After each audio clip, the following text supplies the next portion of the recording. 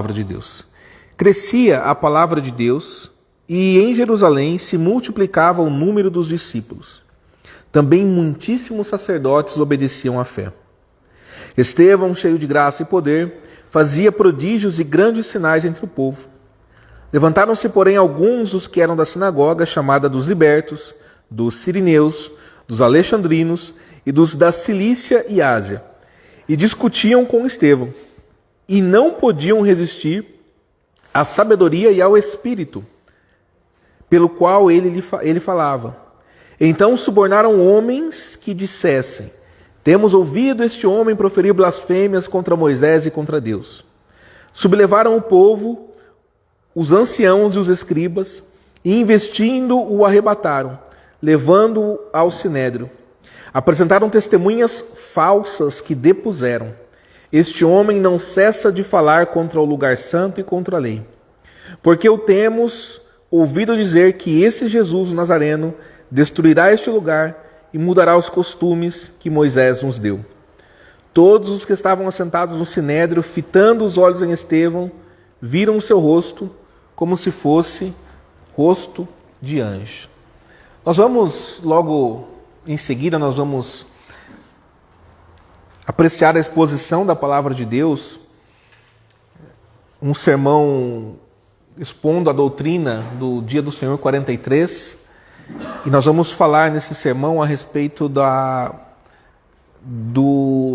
mandamento de Deus, do nono mandamento, do nono mandamento.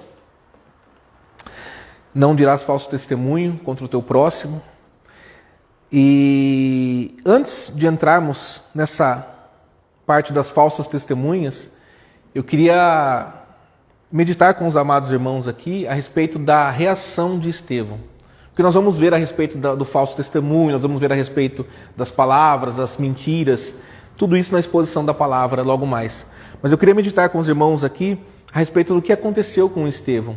Porque o mandamento de Deus, ele tem duas partes. Ele tem uma parte negativa, que é aquilo que nós negamos, que nós não devemos fazer, e tem a parte positiva, que é a nossa atitude diante daquilo.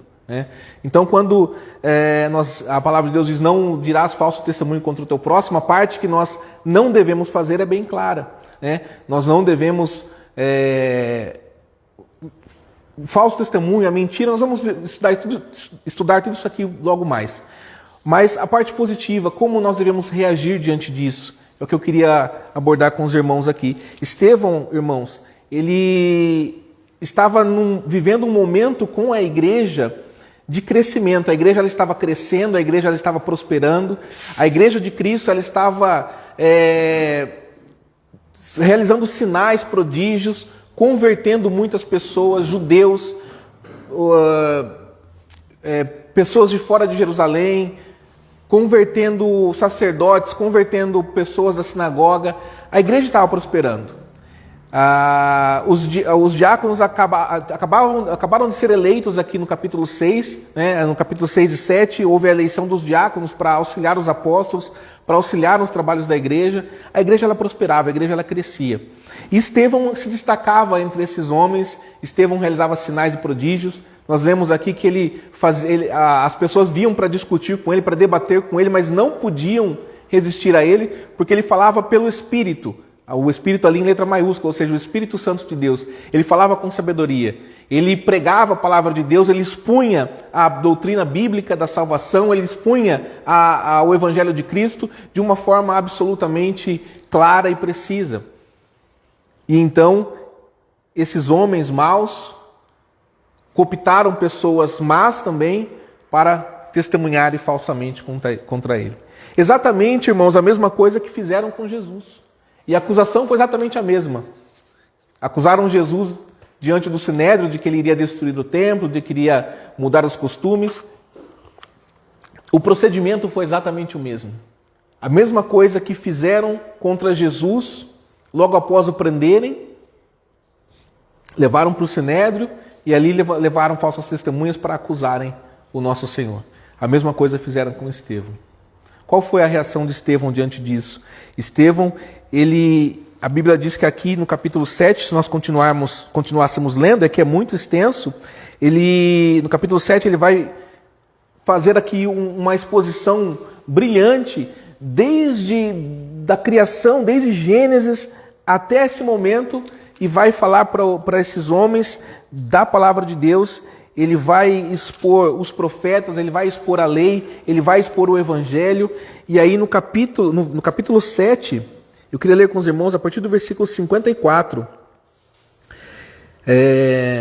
Quando ele termina de pregar esse sermão, a Bíblia diz assim, versículo 54, ouvindo eles isto, enfureciam-se no seu coração e rilhavam os dentes contra ele. Mas Estevão, cheio do Espírito Santo, fitou os olhos no céu e viu a glória de Deus e Jesus, que estava à sua direita, e disse: Eis que vejo os céus abertos e o Filho do Homem em pé à destra de Deus. Eles, porém, clamando em alta voz, taparam os ouvidos e unânimes arremeteram contra ele. E lançando-o fora da cidade, o apedrejaram. As testemunhas deixaram suas vestes aos pés de um homem chamado Saulo e apedrejavam Estevão, que invocava e dizia: Senhor Jesus, recebe o meu espírito. E então, ajoelhando-se, clamou em alta voz: Senhor, não lhes imputes este pecado. Com estas palavras, adormeceu. E Saulo, capítulo 8, versículo 1, e Saulo consentia na sua morte. Que relato, irmãos, ao mesmo tempo terrível e ao mesmo tempo glorioso. Porque diante do terror da acusação de uma morte terrível, que era a morte por apedrejamento, ele ergueu os olhos aos céus, ele viu o Senhor, ele viu o Cristo, ele vê ali a glória de Deus, ele diz: eu vejo o Senhor. E diante da morte, diante da condenação, diante do apedrejamento, ele repete exatamente o que disse Jesus quando estava sendo morto, quando estava sendo torturado. Ele disse: Senhor, não lhes impute este pecado. Senhor, perdoa eles, porque eles não sabem o que fazem, disse Jesus. Irmãos, diante desta acusação falsa, ele poderia ter se revoltado, ele poderia ter tido outra atitude, se ele não fosse um homem de Deus. Mas sendo um homem cheio do Espírito Santo, sendo um homem transformado pela verdade, pelo Evangelho, a única atitude possível era essa. Assim nós devemos proceder. Diante do mal que nos fazem, diante da calúnia, da difamação, diante daquilo que nos fizerem de mal, nossa única reação deve ser essa: Senhor, perdoa esse pecado deles. Ore pelos seus inimigos, ore por aqueles que lhe fazem mal. Coloque-se diante do Senhor e peça ao Senhor pela vida deles. Não olhe para o mal que lhe fizeram. Não olhem para as palavras que estão proferindo contra você. Se você está sendo vítima de mentiras, vítima de acusações, vítima de maldades, não retorne o mal com o mal. Se querem levar a sua capa, dê também a túnica, disse Jesus. Você quer a minha capa? Tó também leva a túnica. Não retorne, irmãos, o mal com o mal. Estevão, ele teve um vislumbre da glória de Deus, daquilo que ele iria vir a provar logo muito em breve. Que nós possamos também, quando nós nos deparamos em situações semelhantes, olhar não para aquilo que está acontecendo aqui, mas olhar para a glória de Deus. Elevar os olhos ao Senhor, olhar o que diz a palavra de Deus, olhar para Cristo. Os olhos dele estavam em Cristo. Os olhos de Estevão estavam em Jesus. Os olhos de Estevão não estavam nas pedras, não estavam nas palavras, não estavam na injustiça que ele estava sendo vítima, naquilo que estavam lhe fazendo de mal. Estava no Senhor Jesus Cristo. Que nós possamos fazer a mesma coisa, irmãos, todos os dias. Foi a ação de Jesus, foi a reação de Jesus, foi a reação de Estevão, e que seja a nossa reação também quando nós nos depararmos com situações assim. Nós vamos nos deparar, nós já nos deparamos e vamos continuar deparando-nos com situações semelhantes, porque essas aflições, irmãos, elas se repetem no mundo todo sobre aqueles que buscam o Senhor. As aflições que nós passamos aqui são as mesmas aflições que se repetem com os nossos irmãos.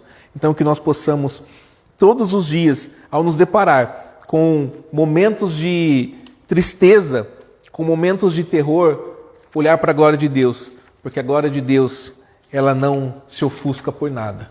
Ao contrário, ela ofusca todas as coisas. Quando nós olhamos para Cristo, nós não afundamos, né? Quando nós olhamos para a tempestade, para o vento, para a água batendo, nós perdemos o mais importante, que é o nosso alvo. E o nosso alvo é Cristo. Amém, irmãos? Eu gostaria de convidar